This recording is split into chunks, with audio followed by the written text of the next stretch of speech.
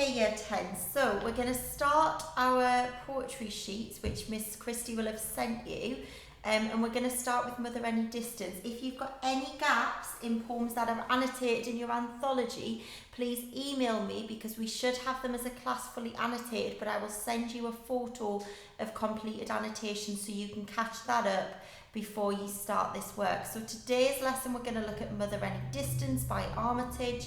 If you can get your knowledge organiser out, please, your anthology if you've got it, and turn to the page where it's annotated, and of course a blank copy of one of the sheets that you should have received off Miss Christie. And this lesson is going to be a step-by-step guide on how to go through that. So if you are typing in the sheet, that is absolutely fine, but please have that on the screen as well whilst you're watching the video, so you can pause and go to type, or have it in front of you as you go if you are handwriting. So we're going to start with box number 1, and we're going to look at the summary of the poem. So of course we know that Mother Any Distance explores a changing parent-child relationship.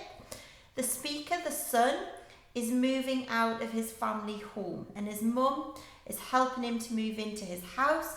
She is literally measuring rooms with the tape measure, etc., to see what furniture would fit. And we can see that she's being very, very helpful, both literally and metaphorically there.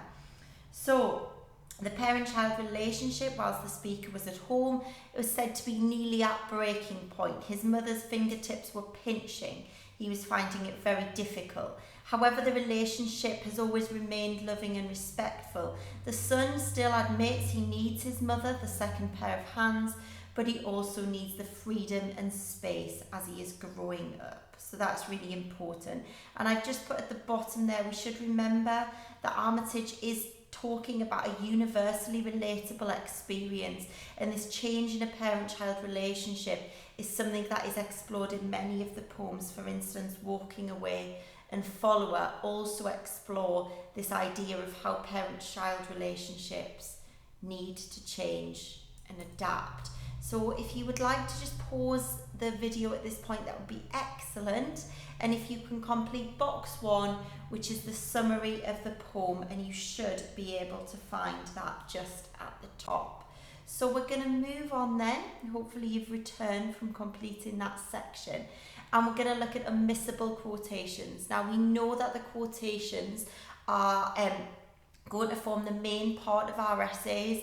They're going to be the things, especially in a poetry comparison, talking about and analysing the quotes and the symbolism of the imagery, and the language that is used is going to be the most important part. So to do that, I'm going to start with the most important quote, and of course that is Anchor Kite. Okay, so the first thing that you want to note, you may want to do a quote explosion as we go here. The first thing we're going to look at is the symbolism of an anchor. Now, why is Armitage metaphorically and symbolically referring to his mother as an anchor? Well, perhaps it's that the mother holds him back. He feels, the speaker feels like the mother is holding him back. But also, alternatively, it could have positive connotations, and we could look at it as the mother offers stability in his life. She is a constant and stable force that grounds him. And also, I've made a little typo here that says boats are permanently anchored. Of course, boats aren't permanently anchored. So it's this idea of, yes, she's there when she needs him. So the son, perhaps metaphorically like the boat, is grounded by his mother when he needs to be, but also needs the freedom to go off. We then move on to this stark juxtaposition here. There's a very clear stark juxtaposition between an anchor and a kite. So we're now going to look at that symbolism of the kite in this quotation. Well, of course, a kite flying free in the sky has all of these images of freedom. There's an endless sky to roam and explore, and it's quite the opposite of an anchor holding a boat down and restricting its movement. However, the image isn't as simple as that, and nor is the symbolism. We've also got the idea that the kite is guided and held by the mother, so someone has to hold a kite to let it go free. So perhaps that's symbolic of what Armitage is saying about the parent-child relationship there, that you need your mother to support you and hold on to you, but you need that freedom to go and explore that endless sky. And also we've spoke about, and we've retrieved through our knowledge recall quizzes in class, that the string on the kite actually symbolises the connection in that parent-child relationship despite the distance. Of course, the stark juxtaposition in the imagery to me seems to symbolise how significant of a change Armitage feels, the speaker feels this is, and that seems really quite significant. And of course the caesura, he's pausing, he's saying anchor, kite, he's pausing, he's thinking about it, and that caesura in the middle of the line of course seems to symbolise his hesitation, and we know Armitage reflects the speaker's hesitation at moving out and moving on, and that's reflected in this second quote which I've chosen, which is acres of walls. Now of course we know that quote is hyperbolic, we know that houses don't really have acres of walls, so why is that hyperbole used? Well, it emphasises the significance of change in their relationship. The son perhaps seems to be seeing this change, this moving out, as being a more significant change in their relationship than it actually is. If everybody has to go through this, why does the son seem to think it's quite so significant? But as well as the hyperbolic reference there, we've also got the natural imagery of acres, and I think that natural imagery is really powerful because that natural imagery seems to reflect that this is a change that everybody must go through. We then come on to this quote, which is at breaking point, and I reference this in my summary of the poem also, this idea that the relationship had to change. His mother's fingers were pinching, their relationship was nearly at breaking point. And basically the love in their relationship could have only survived had this change occurred. And I think we can link that subtly and more broadly to Armitage's idea that actually relationships have to change, and that all relationships have to change and adapt to the circumstances, and that's how we maintain love within them, specifically in the parent-child relationship, in the sense that the mother or any parent must transition from being symbolically the anchor to the kite as well. Now finally, we've got endless sky. He reaches into an endless sky, and of course that sonnet form's broken when there's that 15th line he says to fall or fly. Well, I think of course the sonnet form we'll look at on the next slide because that links to form, but I just want to take that quotation endless sky. Well, what does endless symbolise there? Well, I think there's two interpretations of endless, and I think it's a really interesting word to symbolise. So endless on one level could symbolise the unlimited and bountiful opportunities that the speaker, I've made another typo, forever making typos, the bountiful opportunity that the speaker faces, that the speaker has at his fingertips. He can go and do whatever he wants. There's a world out there, an endless world, an unlimited world of opportunities that he can explore. However, I actually think that endless sky could reflect the speaker's apprehension and this idea that he's really quite nervous about the future that he faces away from the comfort of his mother and his family home, because the world seems so vast and immeasurable, and without his mother's support, perhaps he is a little bit concerned about how he will deal with those endless opportunities that he is going to face. Now, of course, we're going to come on to the sonnet form on the next slide when we're filling in our next box when we look at form and structure. But I think the 15th line, and therefore the line that breaks that sonnet, is actually really, really significant. I think in a way it sums up Armitage's didactic message, what he's trying to teach us through this poem. Remember, literature is all about the messages for the reader and how the poet or the writer wants the reader to respond. So we've got this idea here that he has to take the risk for that relationship to survive, and Armitage is emphasising that reaching into that endless sky reaching into those bountiful opportunities is actually difficult, but we have to do it. And we know that this is a universally relatable experience that we have to take on, and that's really significant. Now, I'm going to ask you to pause the video again. Please complete the immiscible quotations section.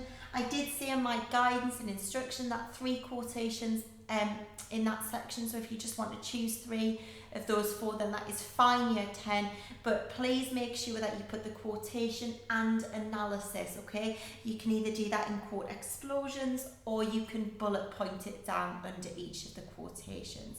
Pause the video, get that done, and then when you return, we'll be on to structure and form.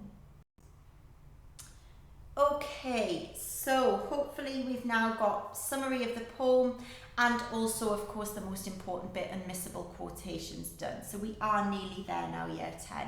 The next big bit we've got to look at is the structure and form of the poem. Now, I've just picked out 2 key points here, but I think the first is absolutely unmissable. We've got the idea that it is a broken or an imperfect sonnet. Now, of course, the sonnet form classically and in other poems from the cluster is used as a love poem, normally a romantic love poem. So then why has Armitage used that to talk about a parent-child relationship? And I think that's really interesting, actually, because of course in one way it reflects that their relationship is inherently rooted in love. It symbolises and seems to show that the speaker does truly love his mother.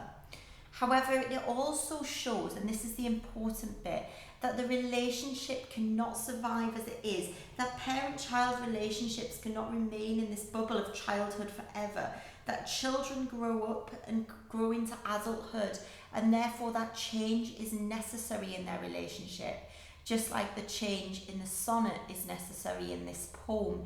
He still needs his love from his mother, just as the poem still needs its sonnet form, perhaps, but actually that needs to change, and the way that love is shown from the mother also needs to change. So there's our big point for structure and form, our most important point for structure and form on this poem. But I do think it's really quite interesting to consider the irregular rhyme scheme that is in the poem. And I think that's really important, because I think that irregular rhyme scheme mirrors the son's apprehension at moving out. He doesn't feel in perfect harmony with the change. The lines which do not rhyme reflect the uncertainty he feels. So when there's no rhyme, it almost reflects how he's pausing and stopping the natural rhythm of his life. But of course, we know, year 10, that as parent-child relationships change, that rhythm must change too, and that you must go with the natural flow of life. So of course, his irregular rhyme is reflecting him pausing and thinking about that. So if you want to pause the video, we've only got our 2 smallest boxes to do now, so we're well on our way. So if you want to pause the video just for 1 moment, and then when you return, we'll look at what we could compare it with. Okay, year 10, so assuming that you have now completed the summary of the poem, the immiscible quotations, and of course the structure and form, we're now going to look at what we could compare it with. Now, you could compare it with any parent-child poem from the cluster. Follower may be an excellent choice, as Follower looks at the cyclical, changing nature of parent-child relationships. You also could perhaps compare it with Climbing My Grandfather as well. However, my personal choice, and the choice that I would encourage you to take when looking at Mother Any Distance, is comparing it to Dale Lewis's Walking Away. That will be my next lesson tomorrow on Dale Lewis's Walking Away. But when you are thinking about the comparison and filling that comparison box in, you may want to look at how the speaker in Walking Away, the father, realises, of course, in that final line, the conclusive line, that the love is proved in letting go. And that's just as Armitage highlights that the main message in the poem is that to maintain happy and loving parent-child relationships, they must adapt and change as children get older and grow up, and the mother must go from being less like symbolically like the anchor to more like the kite. Now, if you again want to pause the video to complete the compare box. Please feel free to add your own notes from your knowledge organiser, your anthology, all in that compare section. And if you wanted to choose a different poem or add 2 poems in you could compare with, then that would be excellent. But for now, we're going to move on to the final box, the messages and ideas. And I think this is nicely summed up here for Year 10, that basically parent-child relationships must adapt and change to remain rooted in love. Children, as they grow into adulthood, should be offered both freedom and support. And I think ultimately what's on the slide there is the main message and idea that Armitage is conveying in his poem. Okay, we'll leave it there for this lesson. If you have any questions, any queries, just drop me an email, Year 10. But hopefully this has helped you complete this Cornell note sheet, and I'll be back with another couple of videos tomorrow. Good luck.